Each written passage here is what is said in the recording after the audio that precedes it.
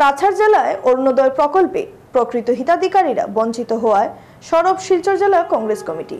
তাদের অভিযোগ, অরুণোদয় প্রকল্পে প্রকৃত হিতাধিকারীদের বঞ্চিত করা হয়েছে। বৃহস্পতিবার শিলচর জেলা কংগ্রেস ভবনে অনুষ্ঠিত এক সাংবাদিক সম্মেলনে জেলা সভাপতি অভিজিৎ এই অভিযোগ করেন। পাল বলেন, কাছাড় জেলায় বেছে বেছে অরুণোদয় প্রকল্পের তালিকা তৈরি করা হয়েছে। এর প্রতিবাদ জানিয়ে শিলচর জেলা কংগ্রেসের এক প্রতিনিধি দল জেলাশাসক মৃদুল যাদবের সঙ্গে দেখা করে প্রকৃত হিতাধিকারীদের অরুণোদয় প্রকল্প বণ্টনের দাবি জানিয়েছেন তারা। তিনি বলেন, অরুণোদয় প্রকল্প বণ্টনে জেলাভিত্তিক একটি কমিটি গঠন করা হয়েছে। এতে চেয়ারম্যান হিসেবে অভিভাবক মন্ত্রী জয়ন্ত মাল্লা বড়ুয়াকে মনোনীত করে একটি কমিটি গঠন করা হয়।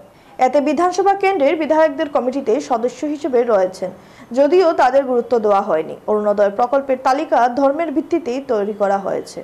এদিন সাংবাদিক সম্মেলনে প্রদেশ কংগ্রেস সহসভাপতি শরীফুজ্জামান লস্কর, সুজন দত্ত, সূর্যকান্ত সরকার, আব্দুল রাজ্জাক, নিশিকান্ত সরকার প্রমুখকে পাশে বসিয়ে অভিজিৎ পাল আরও বেশ কিছু দাবি উত্থাপন করেন। কোনো দূরভিসন্ধি আছে সরকারের এবং শাসক দলের, যে কারণেই ওনারা এইভাবে নির্বাচনে কোনো ব্যালট ডকুমেন্টস দিতে রাজি নয়, ফলাফলে কোনো ব্যালট ডকুমেন্টস দিতে রাজি নয়। আপনারা দেখবেন, আর নির্বাচনে ফলাফল ঘোষণা হয়েছে 11 তারিখ।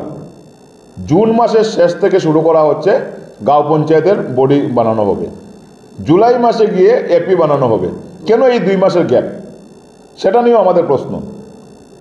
বিজয়ী হওয়ার পর 2 মাস কিসের জন্য প্রয়োজন যে গাঁও পঞ্চায়েত গঠন করতে, এপি গঠন করতে, এপি বোর্ড গঠন করতে, জেলা পরিষদ গঠন করতে কেন 2 মাসের প্রয়োজন? সেটার মধ্যে কী রহস্য?